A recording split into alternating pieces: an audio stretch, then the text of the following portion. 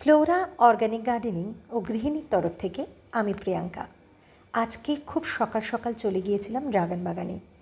একটি বিশেষ কাজের কথা হঠাৎ করে রাত্রে মনে পড়ে যাওয়াতে, যেহেতু অনেক রাত, সেহেতু সেই সময় বাগানে আসাটা সম্ভব ছিল না। তাই সকাল সকাল দেরি না করে আমি চলে এলাম আমার ড্রাগন বাগানে।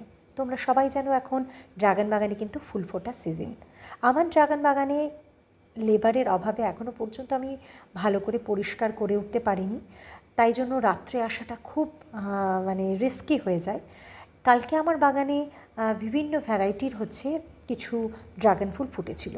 তার মধ্যে আমার মনে হয়েছিল বেশিরভাগই হচ্ছে সেলফ পলিনেটেড, কিন্তু হঠাৎ একটি ফুলের কথা মনে পড়ে, যেই ফুলটা আমার ক্রস পলিনেটেড ভ্যারাইটির, এবং ভ্যারাইটি নেম হচ্ছে থাই ইয়েলো।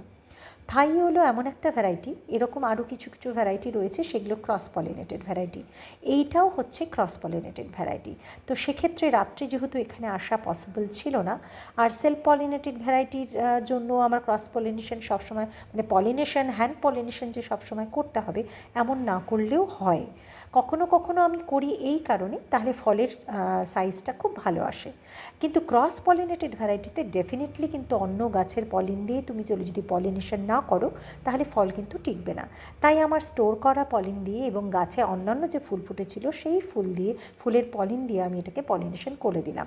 আমি জানি না রাত্রে পলিনেশন না করে সকালবেলা পলিনেশন করাতে এই ফুলটার থেকে ফল আমি পাবো কি না, তবুও চেষ্টা তো করতেই হবে।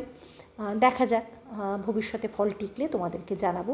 তাই সমস্ত বাগানের উদ্দেশ্যে আমার একটাই অনুরোধ, গাছ যদি তোমরা বাগানে লাগাও অবশ্যই কিন্তু চেষ্টা করবে সেলফ পলিনেটেড ভ্যারাইটির গাছ